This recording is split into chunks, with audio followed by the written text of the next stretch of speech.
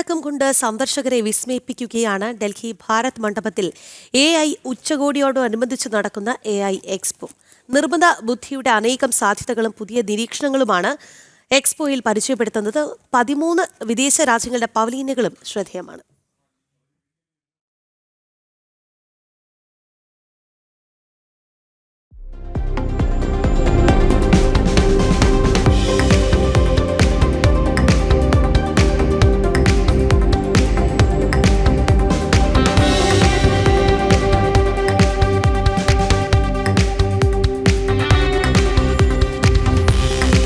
അത്യാധുനിക സാങ്കേതിക വിദ്യയുടെ സാധ്യതകൾ ഉപയോഗപ്പെടുത്തിയുള്ള ഉൽപ്പന്നങ്ങളുടെ പ്രദർശനത്തിലൂടെ വിസ്മയിപ്പിക്കുകയാണ് ഭാരത് മണ്ഡപത്തിലെ ഇന്ത്യ AI ഇമ്പാക്ട് ഉച്ചകോടിയുടെ ഭാഗമായുള്ള പ്രത്യേക പ്രദർശിനി.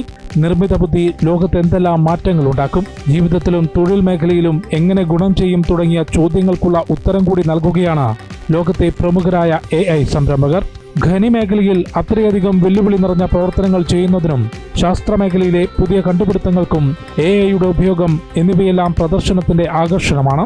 നിർമ്മിത ബുദ്ധി രംഗത്ത് സഹകരണം വളർത്തുകയും വാണിജ്യ അവസരങ്ങൾ സൃഷ്ടിക്കുകയുമാണ് എക്സ്പോയുടെ ലക്ഷ്യം.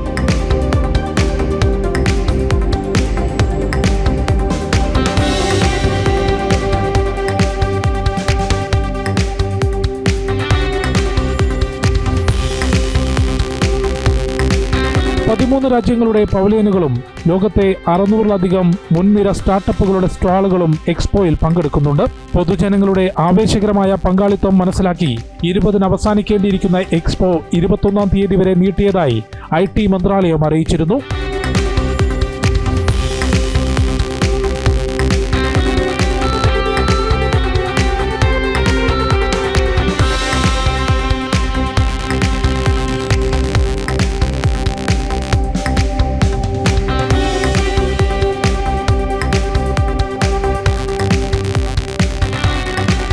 അറിവും അത്ഭുതവും ഒരുപോലെ പകർന്നു നൽകുകയാണ് ഭാരത് മണ്ഡപത്തിലെ AI ഉച്ചകോടിയിലെ പ്രത്യേക പ്രദർശിനി.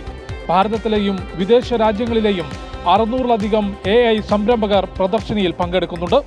ഭാരത് മണ്ഡപത്തിൽ നിന്നും കൃഷ്ണകുമാറിനൊപ്പം ജിഷ്ണു കൃഷ്ണൻ, ജനം.